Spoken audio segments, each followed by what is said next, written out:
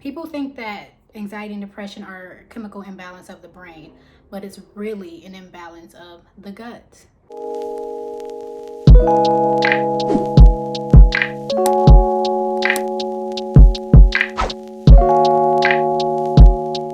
Hey y'all, within this video, I will be sharing some testimony videos from my past where I was deciding to get closer to God and really lean on Him during my depressive season. And I really wanted to share this because I wanted to showcase how important it is that even in your dark seasons that you really connect with God and ask Him to expose to you what things are holding you back. So keep watching till the end. Hey y'all, welcome back to my channel. It's me, Kiera, and today I'm going to be talking about how simply changing my diet totally changed my mental health. Before I even get into this video, I need you to understand that what you eat on a daily basis directly affects your mental health. It directly affects your hormones, your energy levels, how your muscles are responding, the quality of your sleep, your blood sugar levels, things like that, right? It's just super important to understand that when you are consuming food, you're either consuming something that is helping and healing you or something that is super detrimental to you. You know, it's not a coincidence that if you eat very, very poorly, like a lot of processed meats, a lot of fried foods, a lot of saturated fats, cereals, candies, pastries, a lot of dairy, you are more likely to be anxious, to be depressed. One of the main reasons for that is because that type of diet lacks fiber, period, in general. They have no nutritional value, but the key thing is that they feed the bad bacteria that lives within our gut, right? We have this microbiome within our bodies that is pretty much supposed to be balanced out depending on how well or not so well we eat. When you have poor diet, you're feeding the bad bacteria, and that is the thing that causes you to not feel so well, getting your blood sugar levels up so that your hormones are now out of whack. You just overall just feel unwell. Like, there are legitimate studies that have been done in the world that shows that what we eat is linked to how we feel, especially because those foods also cause high inflammation, and this is what was happening with me. So if you've been following me, you pretty much know my journey, but I will kind of just go into that a little bit. Basically, I did not know that I was intolerant to gluten, to dairy, to cane sugar, amongst some other things. And as I've gotten older, the symptoms of those food intolerances started to get worse. So much so that I was having heartburn, a lot of regurgitation. I was suffering from insomnia, a lot of fatigue. I was having heart palpitations. Skin rashes were often for me. Just a lot of things associated with food intolerance symptoms. But the thing that got absolutely bad for me was the anxiety and the depression. I feel the hope. I know that there is a way out. I know that I'm not stuck. The strength of God is everlasting. The days have been tough. Every single day I push through, and I'm not letting it get the best of me. This will leave me. And so it's important that I make videos because I plan to prove to you watching this right now that you can get through it.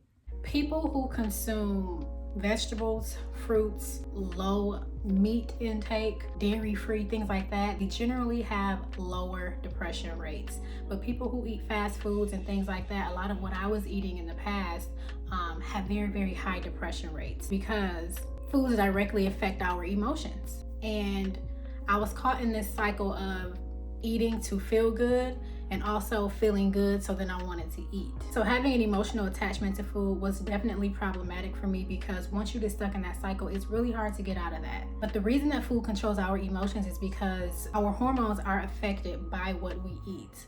For the women, it's what controls our period, how long it is, how painful it might be, how much is flowing from, our mood during that time. And that's just one example of how diet can affect the way that your body responds. And because I didn't know this about myself, I spent a lot of time just ordering food all the time because I was so anxious and so depressed that I was like, well, I can control what I eat. This is the one thing that I can control. I'm just gonna eat what I wanna eat all the time. Not knowing that with every bite, I was making myself worse. As I continued to get worse, the symptoms started to obviously get worse. And because of that, it led me down a path of naturopathic medicine where I started to seek help that could really start from the root of the issue, as opposed to going to regular doctors who just would give me medications for the symptoms that I was having. So with me going to a naturopathic doctor, a food intolerance test was suggested, which then changed my life because I adjusted my diet to the things that I was intolerant to. I cut those things out and my life started to get better. Now, this is what I will explain about the food and how it directly affects your emotions, right? Because there is a higher probability for depression for people who have poor diets. Obviously, I fell into that category. Not saying that I wasn't anxious or had some depression before then, but if you are experiencing that type of mental state, what you eat can make you worse. I was experiencing depression and anxiety at such a high level that I even had to go on medical leave from work. I could not stay focused. I always felt ill. I thought I was going to pass out many times. I would be on my way to the ER many times simply because the food that I was eating was so intolerable for my gut. And most of your issues will start in the gut. Tonight I'm asking for restoration. I'm asking for radical restoration. I'm asking for a moment to pitch my tent. I'm asking for some relief. I'm asking for the weight to be lifted off of me because I want to be happy. I want energy, good energy every day. Touch the lives of people that I've been trying to touch since I've started doing my work and exposing my truth. I want to be able to look back on certain things and say, you pushed through, you did it. I'm so proud. So I had to stop eating gluten, dairy, cane sugar, eggs. I started eating more fruits. I started eating more whole foods. I started eating more vegetables. When I say whole foods, I mean things that you can eat just as they are, right? They don't come in a package. They don't come in a box. That's potatoes, salads, a lot of fruit, different kinds of meat or fish, things like that, as opposed to a boxed cereal, boxed pancakes, packaged snacks, things like that. Prepackaged foods are really, really high in fats, salts, sugars, a bunch of other additives that it can start to change the cells in our bodies. A lot of diseases, cancers, a lot of illnesses are tied to eating ultra processed foods. The moment you allow the body to start to heal, which is what I had to do, you start to immediately notice how you're actually starting to change. And don't get me wrong, there were some avenues of treating the depression that my medical doctor tried to help me with, and of course this is medications and other things like that. But that wasn't the root cause of the issue for me. And I didn't want to be the person to take medicines for the rest of my life. I wanted to figure out what was it that was causing all of these adverse reactions. I was in therapy. I was doing everything I needed to do on the cognitive part, but then the medicines really started to mess with me and I didn't feel normal, and I just felt emotionless and spiritually, because I am a spiritual girl, okay? That did not sit well with me, that I could not connect with my happiness, with my peace, with my excitement, with my joy. I couldn't connect with that because the medications was turning off all emotion for me. Not just the depressive and negative emotions, it turned off everything. I understand that people take that to get through the day. I'm not saying anything about, how people choose to treat their illness. No judgment here at all. This is about me specifically and what my experience with that was. I cannot speak for everybody else, but for me, on that journey, it was a huge no-no. It was as simple as me changing my diet. It changed the way that my skin looked. It changed the way that my eye whites looked. It changed my energy. It changed how long I stayed asleep. It changed the way that my blood pressure read. It changed my resting heart rate. I mean, it was just a total 360 for me, and I'm just here to share that good news with people. We spend a lot of time searching for some type of healing, and the healing is right in our kitchen. The culprit is right in our kitchen, and we don't understand that because we think that food is just something to just eat really quick. No, food is an energy source, or it's an energy killer. The more I started to dive into this information, the more that it was revealed to me how important it is to be sensible about your diet. And of course, because again, I am a spiritual girl, this has a lot to do with how well I was growing in my spiritual journey as well, because I sought out wellness, overall wellness, not just wellness of the body, but of the mind, of the spirit, of the emotions. And it had to start somewhere. For me, it was starting with the food. It was getting the inflammation down. When you are inflamed, it affects how everything works in the body. The nerves, the muscles, digestion. You cannot digest well, that's a problem. The stomach sends messages to the brain about what's going on in the gut.